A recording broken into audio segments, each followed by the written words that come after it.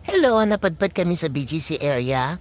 Hinanap na rin namin tong UP Town Mall para ma-visit na rin at makapasyal. Nakita namin itong dancing light fountain nila. Nakakatakot lang lumapit kasi medyo mainit yung buga ng apoy. Abot dyan sa area kung saan kami nakapwesto. Pero ang saya, kidnapin mo na talagang malapit na yung Pasko. Perfect siyang pasyalan ng pamilya if you are near the area. Kasi libre lang naman and maraming pailaw ang BGC. Nakakatuwa yung fountain kasi nakasynchronize yung music. Nakakaliw pa yung mga pasabog na nakakagulat. Pagpasensyahan niyo na ako dyan at panay gulat ako dyan.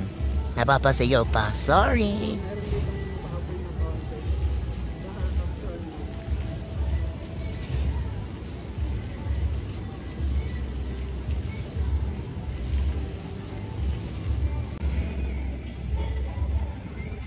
Ay, paano ba? Ganito lang, dito lang tayo sa kanilong na to.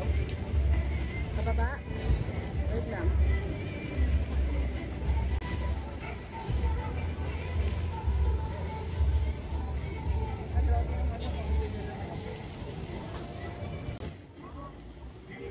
Ayan na muna na gawin.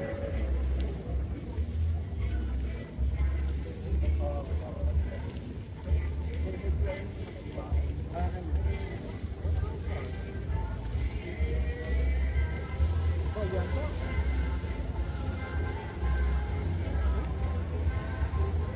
Ganyan ang totoong tulong. Maganda wikid. Maganda yata sa pala eh. May wikid kasi yun.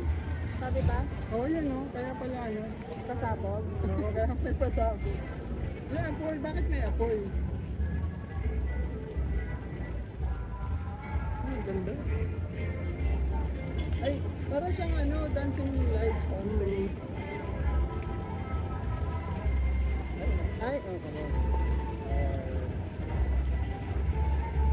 Ganda.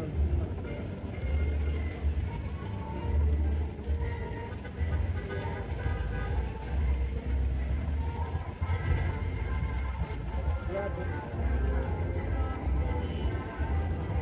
Tapos dito nagbibigyo. Nagulat kami kasi katapat lang pala ng mall yung bagong bukas na Tesla.